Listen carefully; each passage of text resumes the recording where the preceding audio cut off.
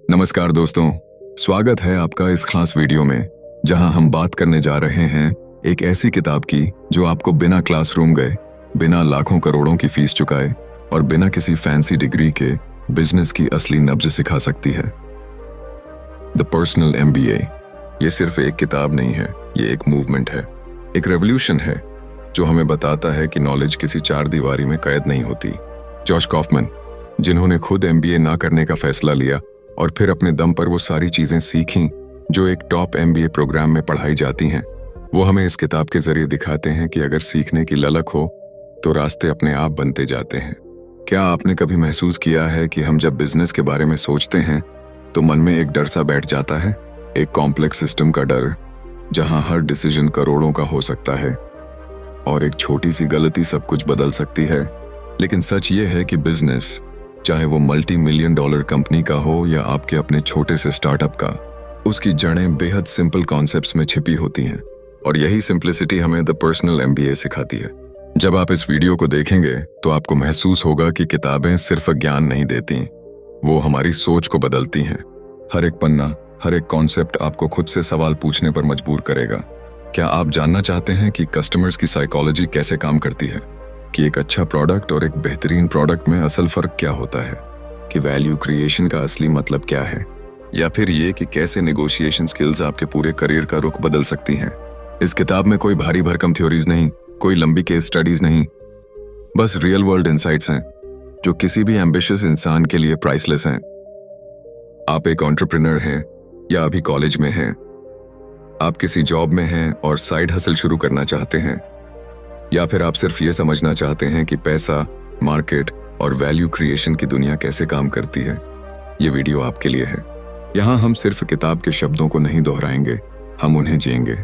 हर concept को relate करेंगे आपकी रियल लाइफ सिचुएशन से, ताकि नॉलेज सिर्फ सुनने तक सीमित ना रहे, बल्कि आपके सोचने, समझने और अल्टीमेटली करने के तरीके को बदल दे।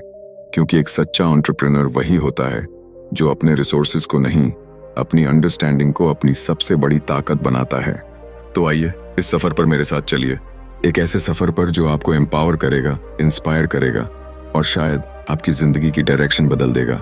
अगर आप भी बिलीव करते हैं कि knowledge should be accessible, practical और डीपली ट्रांसफॉर्मेशनल, तो ये चैनल सिर्फ एक चैनल नहीं, आपका लर्निंग पार्टनर है। वीडियो को पूरा देखिए और कमेंट्स में जरूर बताइए कि आपको सबसे पावरफुल कॉन्सेप्ट कौन सा लगा। और हाँ, अगर आपने अभी तक सब्सक्राइब नहीं किया है तो जरूर कर लीजिए, क्योंकि यहाँ हम सिर्फ बातें नहीं करते, यहाँ हम सोच बदलते हैं। चैप्टर 1, मूल्य का निर्माण। एक लड़का था, छोटे से गांव से आया था, बड़े बड़े सपनों के साथ। उसके पास ना कोई फैंसी डिग्री थी, ना ही कोई बड़ा बैंक बैलेंस, लेकिन उसके मन में एक बात साफ थी, कुछ ऐसा बनाना है जो लोगों की जिंदगी आसान कर दे। उसने पढ़ाई छोड़ी, छोटे मोटे काम किए, दिन रात मेहनत की, लेकिन असली बदलाव तब आया जब उसने ये समझा कि बिजनेस पैसे कमाने की होड़ नहीं है, बल्कि वैल्यू देने की कला है। आज हम उसी सच्चाई से रूबरू होंगे। सोचिए, कोई आपके पास आए और कहे, मुझे अपनी जिंदगी का 1 मिनट दीजिए, मैं उसे बेहतर बना सकता हूं। क्या आप मना करेंगे? शायद नहीं, क्योंकि इंसान वैल्यू को इंस्टिंक्टिवली पहचानता है। हमें उसी चीज से जुड़ाव महसूस होता है जो हमारी किसी जरूरत, किसी तकलीफ या किसी सपने को छूती है, और यहीं से बिजनेस की शुरुआत होती है, वैल्यू क्रिएशन से। जॉश कॉफमैन हमें उस मूल तत्व की याद दिलाते हैं जिसे हम अक्सर भूल जाते हैं, कि बिजनेस कोई जादू नहीं, कोई कॉर्पोरेट जार्गन नहीं, बल्कि एक बहुत ही बेसिक सवाल का जवाब है। आप किसी इंसान की जिंदगी को बेहतर कैसे बना सकते हैं? एक चाय वाला जो सड़क किनारे मुस्कुराकर आपकी थकान दूर करता है, एक कोडर जो रात रात भर जागकर ऐसा ऐप बनाता है जिससे लोगों का समय बचे, एक टीचर जो बच्चों की आंखों में आत्मविश्वास भर देता है। ये सब वैल्यू क्रिएटर्स हैं। इनका काम सिर्फ प्रोडक्ट देना नहीं है, ये लोगों की जरूरत को पहचानते हैं और उस पर काम करते हैं। और जब आप किसी की जरूरत को समझ लेते हैं, न कि सिर्फ पूछते हैं, तो आप कुछ ऐसा बना सकते हैं जिसे लोग सिर्फ खरीदते नहीं, अपनाते हैं। कॉफमैन कहते हैं कि जरूरी नहीं कि आप दुनिया का सबसे नया, सबसे अनोखा प्रोडक्ट बनाएं। हो सकता है वो चीज पहले से मार्केट में मौजूद हो, लेकिन अगर आप उसे ज्यादा आसान, ज्यादा सस्ता या ज्यादा ह्यूमन बना सकें, तो आप उसी फील्ड में गेम चेंजर बन सकते हैं। यहाँ बात इनोवेशन की नहीं है, इनसाइट की है। उस नजर की है जो भीड़ में किसी की प्रॉब्लम को देखकर उसका हल महसूस कर ले। आपने कभी सोचा है कि व्हाट्सएप क्यों चला जबकि पहले से ही एसएमएस था? ओला क्यों आया जब टैक्सियां पहले से थीं? क्योंकि इन लोगों ने सिर्फ सर्विस नहीं बेची, उन्होंने इनकन्वीनियंस को समझा, फ्रस्ट्रेशन को महसूस किया और फिर एक बेटर वर्जन बनाया। और यही है वैल्यू क्रिएशन की असली पहचान, जब आप अपने काम को किसी की दुनिया बेहतर बनाने का जरिया बनाते हैं। जॉश एक बात और बहुत सुंदर तरीके से समझाते हैं, value is not what you say it is, value is what your customer actually experiences. यानी आपने कितनी मेहनत की, आप क्या सोचते हैं, ये मायने नहीं रखता। असली मायने तो वो अनुभव रखता है जो सामने वाला आपके प्रोडक्ट या सर्विस से लेता है। वही आपकी पहचान है, वही आपका असली ब्रांड है। और यही रीजन है कि दुनिया के सबसे सक्सेसफुल एंटरप्रेन्योर्स, चाहे वो स्टीव जॉब्स हों या इलॉन मस्क, बार बार कस्टमर एक्सपीरियंस की बात करते हैं। क्योंकि अल्टीमेटली बिजनेस की सफलता सिर्फ नंबर से नहीं, इम्पैक्ट से मापी जाती है।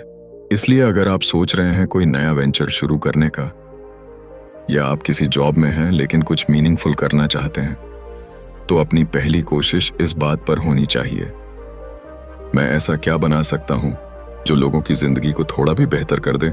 पैसा आएगा, ग्रोथ होगी, लेकिन वो सब वैल्यू। चैप्टर 2, मार्केटिंग की कला। एक छोटा सा लड़का था जिसने अपने कमरे में बैठकर बड़े जुनून से एक नया इन्वेंशन बनाया। कागज, प्लास्टिक और वायर से वो कुछ ऐसा बना बैठा जिसे देख उसकी आंखें चमकने लगीं। उसे यकीन था ये दुनिया को बदल देगा। वो लोगों के पास गया, दुकानदारों के पास गया, अपने रिश्तेदारों तक को दिखाया, पर हर जगह से एक ही जवाब मिला, हमें जरूरत नहीं है। अब सोचिए, वो बच्चा गलत नहीं था, उसका प्रोडक्ट काम करता था, प्रॉब्लम सॉल्व करता था, लेकिन एक चीज उसकी समझ से बाहर थी। लोग तब तक कुछ नहीं खरीदते जब तक उन्हें यह महसूस ना हो कि उन्हें इसकी जरूरत है। यही है मार्केटिंग की सच्ची कला। केवल प्रोडक्ट बनाना काफी नहीं, उस प्रोडक्ट की वैल्यू को कम्युनिकेट करना सबसे बड़ा हुनर है। जॉश कॉफमन हमें याद दिलाते हैं कि जब तक आप किसी इंसान के मन में क्यूरियोसिटी, इंटरेस्ट या डिजायर नहीं जगा पाते, तब तक आपका प्रोडक्ट, आपकी मेहनत, आपका सपना सिर्फ एक आइटम बनकर रह जाता है। मार्केटिंग किसी को फंसाने की ट्रिक नहीं है, ये एक ऑनेस्ट कॉन्वर्सेशन है आपके और उस इंसान के बीच जिसकी जिंदगी को आप बेहतर बनाना चाहते हैं। आज जब आप इंस्टाग्राम खोलते हैं, यूट्यूब एड्स देखते हैं या किसी ऑनलाइन स्टोर में जाते हैं, तो क्या आप सच में किसी चीज को सर्च कर रहे होते हैं, या फिर कुछ ऐसा दिख जाता है जो आपको रोक लेता है और आप सोचते हैं शायद ये मेरे काम की चीज है? बस वही मार्केटिंग का जादू है, वो जादू जो किसी की अटेंशन को इमोशन में बदल देता है। जॉश कहते हैं कि दुनिया का कोई भी इंसान तब तक एक्शन नहीं लेता जब तक वो इंटरनली ड्रिवन ना हो। यानी अगर आप चाहते हैं कि कोई आपके प्रोडक्ट को सीरियसली ले, तो पहले आपको उनकी जिंदगी को सीरियसली लेना होगा। मार्केटिंग एक एम्पैथी ड्रिवन प्रोसेस है। ये उस डॉक्टर की तरह है जो आपकी पल्स पढ़कर बिना कहे जान लेता है कि आपको कहाँ तकलीफ है, और फिर वो सिर्फ दवाई नहीं देता, वो आपको भरोसा देता है कि आप बेहतर हो सकते हैं। एक अच्छा मार्केटर वो नहीं जो ज्यादा बोलता है, वो है जो पहले सुनता है। क्या कस्टमर क्या सोच रहा है, उसे किस चीज की सबसे ज्यादा फ्रिक्शन होती है, वो रात को जागता है तो किस वजह से। जब आप ये समझ जाते हैं, जब आप किसी इंसान के एक्सपीरियंस को गहराई से ऑब्जर्व करते हैं, तभी आप कुछ ऐसा कह पाते हैं जो उसके दिल तक जाता है। मार्केटिंग में सबसे जरूरी है मैसेज टू मार्केट मैच, यानी आपका मैसेज इतना रेलेवेंट होना चाहिए कि वो सामने वाले को लगे ये तो मेरे लिए ही लिखा गया है।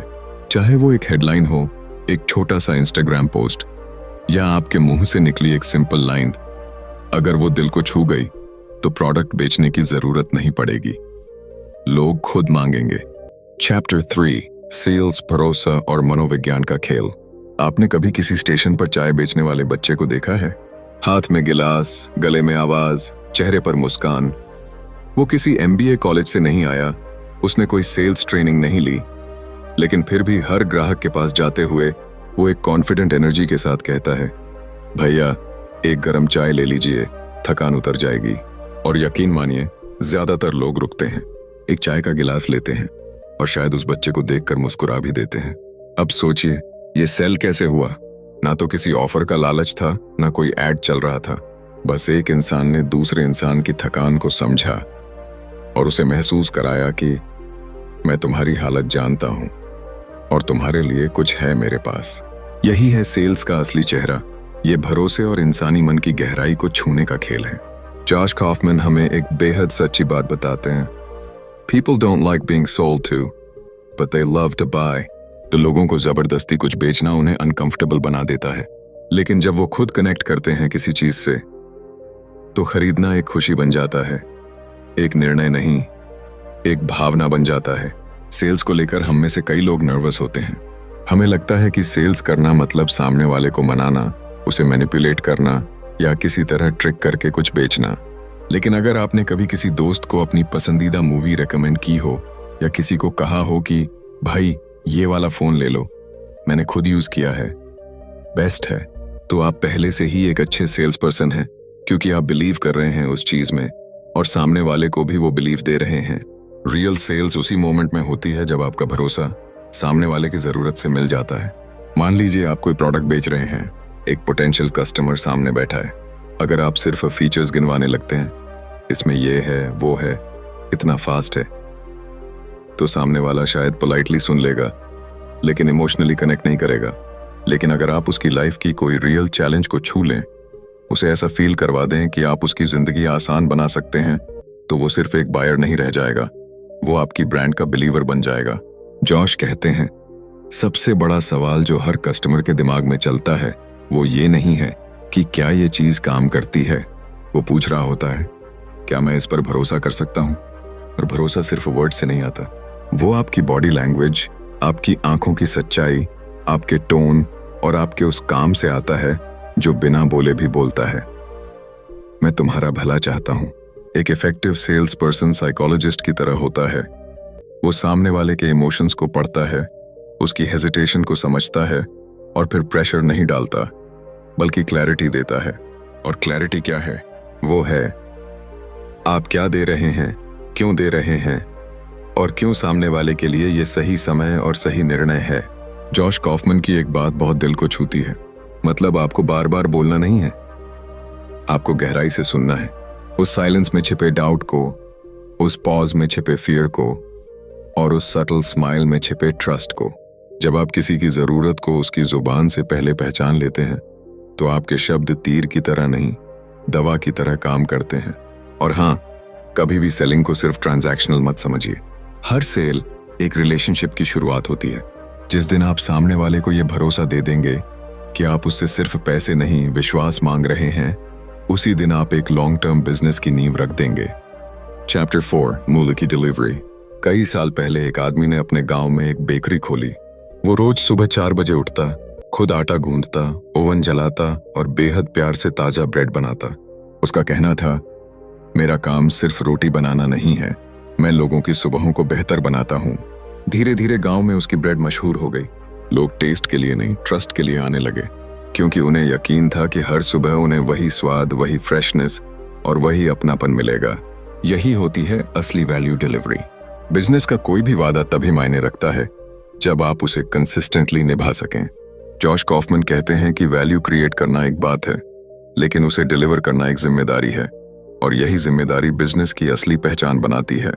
आपने कई बार देखा होगा, कोई ऐप डाउनलोड किया, ऐड में वादा किया गया कि फास्टेस्ट सर्विस एवर कर, लेकिन जैसे ही यूज करना शुरू किया, सर्वर स्लो निकला, कस्टमर केयर अनरीचेबल और ओवरऑल एक्सपीरियंस डिसअपॉइंटिंग। अब सवाल उठता है, क्या प्रोडक्ट खराब था? शायद नहीं, लेकिन एक्सपीरियंस अधूरा था, और अधूरा एक्सपीरियंस अधूरे ट्रस्ट को जन्म देता है।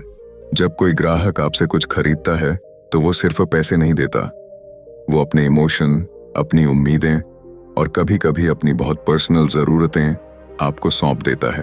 और उस भरोसे को निभाना ही वैल्यू डिलीवरी की असली कसौटी है। बिजनेस सिर्फ एक बार बेचना नहीं है। रियल बिजनेस तब शुरू होता है जब आपने बेचा हुआ प्रोडक्ट ग्राहक के जीवन में कुछ रियल वैल्यू डिलीवर करे।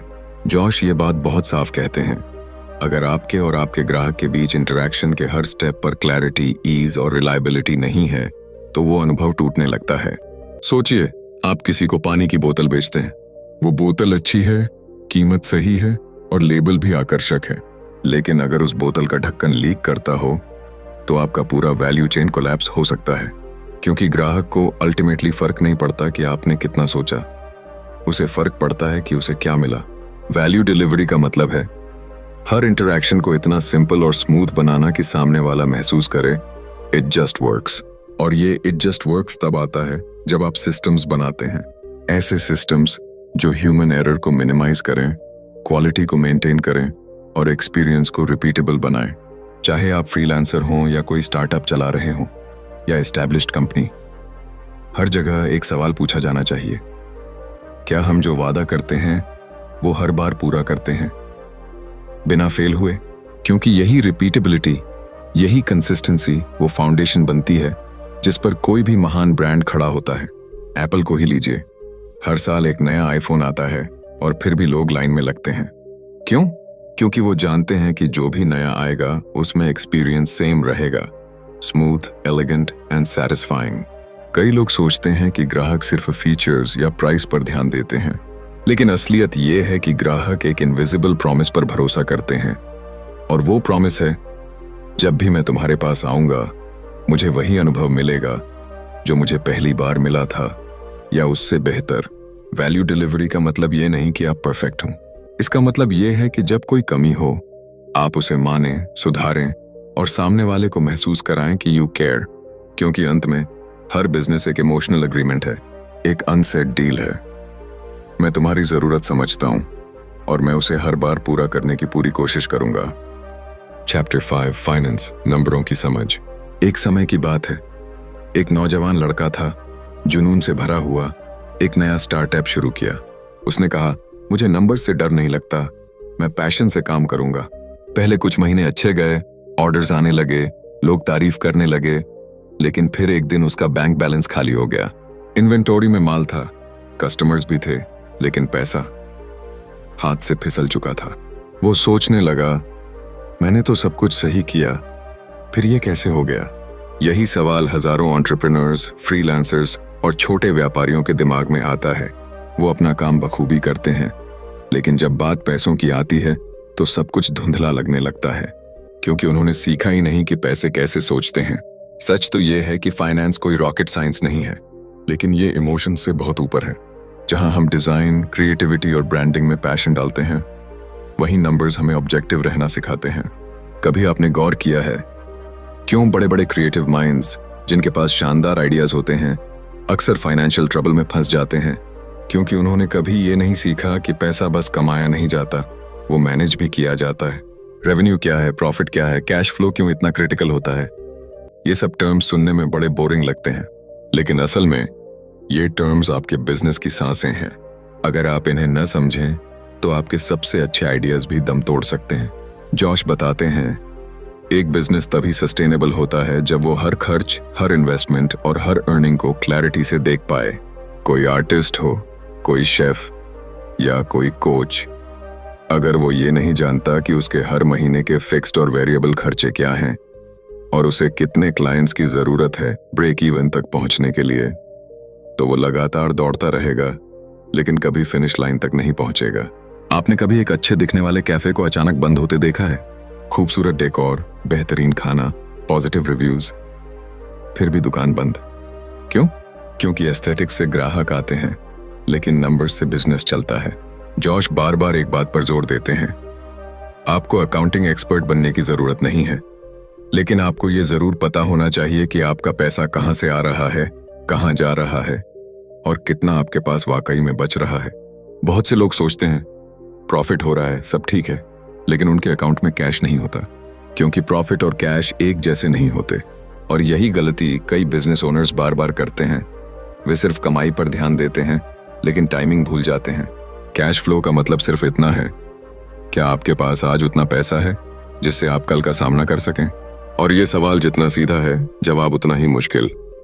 अगर आपने नंबर्स की आंख से नहीं देखा, फाइनेंस आपको सिखाता है कि आप अपने डिसीजंस को डेटा से जोड़ें। क्या ये इन्वेस्टमेंट वाकई जरूरी है? क्या इस क्लाइंट के टर्म्स आपको नुकसान तो नहीं पहुंचा रहे? क्या आपको अपना प्रोडक्ट सस्ता करना चाहिए या आप एक्चुअली लॉस में बेच रहे हैं? जब आप इन सवालों से डरना बंद कर देते हैं, तब आपका बिजनेस खेल नहीं, एक जिम्मेदार संस्था बन जाता है। और जॉश इस बात पर भी जोर देते हैं कि हर बिजनेस को, चाहे वो कितना भी छोटा क्यों ना हो, एक सिंपल फाइनेंशियल मॉडल अडॉप्ट करना चाहिए। एक ऐसा सिस्टम जो आपको महीने के अंत में साफ साफ दिखा सके कि आपने कितना कमाया, कितना खर्चा हुआ और आगे कितनी रनवे बची है। क्योंकि असली फ्रीडम तब आती है जब आप अपने नंबर से डरते नहीं, बल्कि उन्हें पढ़ते हैं, समझते हैं और उनसे बातचीत करते हैं। चैप्टर 6, मानव मन और निर्णय लेने की प्रक्रिया। सुबह सुबह का वक्त था। एक आदमी कॉफी की दुकान पर पहुंचा। सामने दो विकल्प थे, एक सादी ब्लैक कॉफी और दूसरा थोड़ा महंगा लेकिन फ्लेवर से भरा क्रीमी कैपुचिनो। वो खड़ा रहा, सोचा, कीमत देखी, स्वाद की कल्पना की और फिर अपने आप से बोला, चलो आज खुद को थोड़ा ट्रीट देते हैं। ते उसने कैपुचिनो ले लिया। अब जरा ठहरिए, ये डिसीजन सिर्फ टेस्ट का नहीं था, ये एक माइंडसेट का रिफ्लेक्शन था। क्योंकि इंसान की सबसे जटिल शक्ति उसकी निर्णय लेने की क्षमता है। जॉश कॉफमैन कहते हैं कि बिजनेस और जिंदगी दोनों एक ही चीज पर टिके हैं, हमारी चॉइसेस पर। और चॉइसेस सिर्फ लॉजिकल नहीं होती। बहुत बार हम सोचते हैं कि हम अपने डिसीजंस डेटा और रीजन से लेते हैं, लेकिन हकीकत में हमारे डिसीजंस का बड़ा हिस्सा इमोशन, हैबिट और साइकोलॉजी से बना होता है। आपने कभी गौर किया है, जब आप ऑनलाइन कुछ खरीदते हैं तो क्या वो जरूरत होती है या फिर वो सिर्फ एक सटल फीलिंग होती है? इससे मैं बेहतर दिखूंगा, ये मुझे थोड़ा और ऑर्गेनाइज्ड बना देगा, मैं इसके लायक हूं। यहीं से शुरू होती है ह्यूमन माइंड की असली जर्नी, जहां इच्छाएं, डर, उम्मीदें और विश्वास सब मिलकर एक फाइनल यस या नो बनाते हैं। जॉश इस बात को बहुत खूबसूरती से पकड़ते हैं कि डिसीजन मेकिंग एक इनविजिबल नेगोशिएशन है जो हमारे अंदर ही चलती है। हमारे दिमाग के दो हिस्से, एक जो तर्क करता है, लॉजिकल, और एक जो महसूस करता है, इमोशनल, हर फैसले पर बहस करते हैं और अक्सर जीतता वो है जो ज्यादा इमीडिएट प्लेजर दे सके। यही कारण है कि सेल्समैन मुस्कुराता है, यही कारण है कि ब्रांड्स म्यूजिक और कलर्स का इस्तेमाल करते हैं, क्योंकि इंसानी मन फैक्ट से नहीं, फीलिंग से जुड़ता है। एक इंसान जब किसी प्रोडक्ट पर क्लिक करता है तो वो सिर्फ उस ऑब्जेक्ट को नहीं देख रहा होता, वो देख रहा होता है खुद को उस ऑब्जेक्ट के साथ। क्या ये मेरी पर्सनैलिटी को मैच करता है? क्या इससे मेरी जिंदगी थोड़ी और आसान हो जाएगी? क्या ये मुझे उस वर्जन के थोड़ा और करीब ले जाएगा जो मैं बनना चाहता हूँ? ये सब कुछ उस डिसीजन में छुपा होता है जो बाहर से बहुत छोटा लगता है लेकिन भीतर से बहुत गहरा होता है। जॉश ये भी समझाते हैं कि डिसीजन फटीग यानी लगातार निर्णय लेते रहना हमारी मानसिक शक्ति को कमजोर करता है और तब हम इंपल्सिव चॉइसेस लेने लगते हैं, बिना सोचे, बिना समझे। यही कारण है कि दुनिया के कुछ सबसे सफल लोग जैसे स्टीव जॉब्स या मार्क जकरबर्ग हर दिन एक जैसे कपड़े पहनते हैं, क्योंकि वो छोटी छोटी डिसीजंस में अपनी एनर्जी बर्बाद नहीं करना चाहते। वो समझते हैं कि माइंड एक लिमिटेड रिसोर्स है और हर डिसीजन उस रिसोर्स को कंज्यूम करता है। अगर आप कोई प्रोडक्ट बना रहे हैं, कोई सेवा दे रहे हैं या सिर्फ किसी को समझाना चाह रहे हैं, तो याद रखिए, आप किसी के दिमाग को नहीं, किसी के डिसीजन मेकिंग प्रोसेस को छू रहे हैं। और डिसीजन हमेशा उस जगह से आता है जहां कोई खुद को सुरक्षित, समझा हुआ और एम्पावर्ड महसूस करता है। चाहे आप एंटरप्रेन्योर हों या क्रिएटर, मार्केटर हों या कोई टीचर, अगर आप ये समझ लें कि इंसान डिसीजंस क्यों और कैसे लेता है, तो आप सिर्फ प्रोडक्ट्स नहीं, एक्सपीरियंसेस बनाना शुरू कर देंगे। चैप्टर 7, सिस्टम्स की सोच। बिजनेस को मशीन की तरह समझना। रात के 2 बजे थे। एक फैक्ट्री का मालिक अपनी यूनिट में अकेला घूम रहा था। हर मशीन अपनी जगह पर चल रही थी, रिथमिक, प्रिसाइज, अनस्टॉपेबल। हर लाइट ब्लिंक कर रही थी, हर सेंसर एक्टिव था और एक भी इंसान उस वक्त वहां मौजूद नहीं था।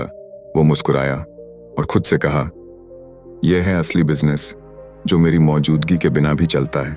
अब सोचिए, ऐसा क्या है जो किसी बिजनेस को केओस से निकालकर काम, रिपीटेबल और प्रिडिक्टेबल बना देता है? जवाब है सिस्टम्स थिंकिंग।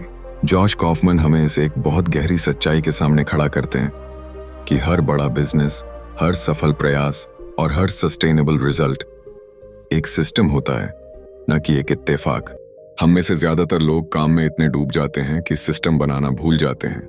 हम फायर्स बुझाते हैं, भागते रहते हैं, मल्टीटास्क करते हैं, लेकिन हमें समझ ही नहीं आता कि ये दौड़ आखिर कभी खत्म क्यों नहीं होती। और कारण बड़ा साफ है, हम प्रोसेस पर नहीं, पर्सनैलिटी पर भरोसा कर रहे होते हैं। मतलब जब तक मैं वहां हूं सब ठीक है। लेकिन क्या यही आजादी है? क्या यही स्केलेबिलिटी है? जॉश कहते हैं, अगर आपका बिजनेस आपकी मौजूदगी पर टिका है तो आप खुद ही उसका सबसे बड़ा बॉटलनेक हैं। अब जरा एक कहानी पर लौटते हैं। मान लीजिए आपने एक कैफे खोला है। शुरू के महीने में आप खुद कॉफी बना रहे हैं, ग्राहक से बात कर रहे हैं, इन्वेंट्री चेक कर रहे हैं, लेकिन जैसे जैसे ग्राहक बढ़ते हैं आप थकने लगते हैं, गड़बड़ियां होने लगती हैं। अब आप किसी को हायर करते हैं लेकिन वो आपकी तरह काम नहीं कर पाता। आप फ्रस्ट्रेट होते हैं और फिर खुद ही सब कुछ वापस संभाल लेते हैं। यहीं पर गेम टूट जाता है। क्यों? क्योंकि आपने कोई सिस्टम नहीं बनाया, सिर्फ हैबिट्स बनाए थे। सिस्टम का मतलब है ऐसा प्रोसेस जो इंसान से बड़ा हो, जो ये डिफाइन करे कि काम कैसे होगा, कब होगा, किस क्वालिटी के साथ होगा, और ये सब हर बार एक जैसा। आपने अगर मैकडॉनल्ड्स या डोमिनोज जैसे ब्रांड्स को देखा हो तो एक बात साफ होती है, चाहे आप दिल्ली जाएं या न्यूयॉर्क, उनके बर्गर्स का टेस्ट, पैकेजिंग, एक्सपीरियंस सब कुछ लगभग आइडेंटिकल होता है। क्यों? क्योंकि वहां एक आदमी नहीं, एक वेल ऑयल्ड मशीन माइंडसेट काम करता है, जहां हर स्टेप डॉक्यूमेंटेड है, एवरी प्रोसेस मैप्ड है और हर वेरिएबल कंट्रोल में है। सिस्टम्स हमें अपनी क्रिएटिविटी को रिपीटेबल रिजल्ट्स में बदलने की ताकत देते हैं। और सबसे जरूरी बात, सिस्टम्स इंसानों को नहीं रिप्लेस करते, वे उन्हें फ्री करते हैं। जब आपको हर बार सोचने की जरूरत न पड़े कि क्या करना है, तब आप वो सोच सकते हैं जो सच में इंपॉर्टेंट है।